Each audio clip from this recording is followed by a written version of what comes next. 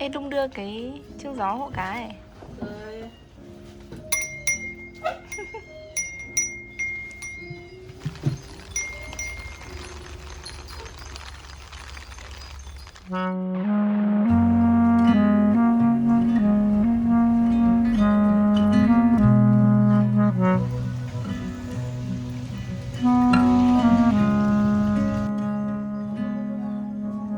What you look like Luffy. Đúng rồi.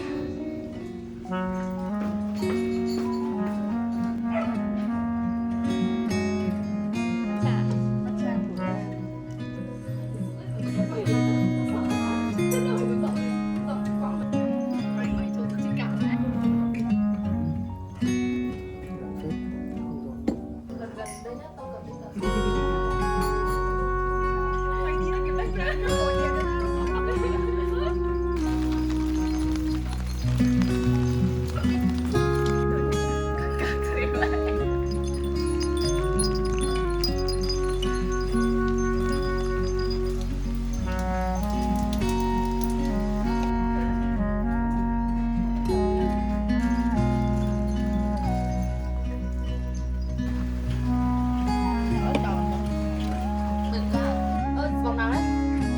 Rồi. Có thật sự cách nào không?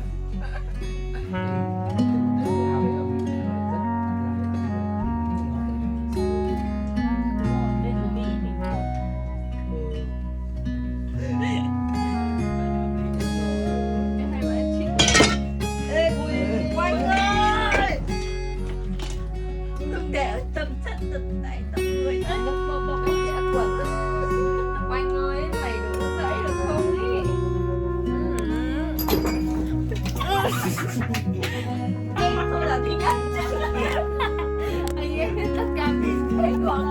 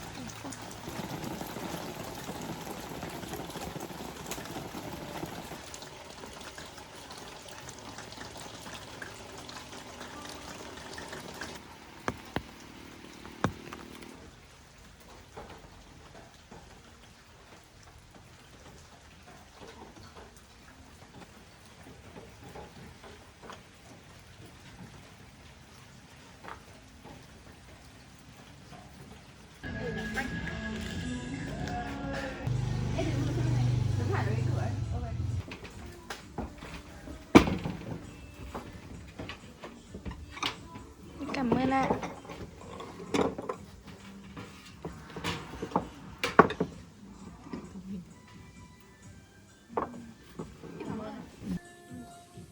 đưa bát đây để bát ở đấy xong mình cứ đổ sang cốc tỉa.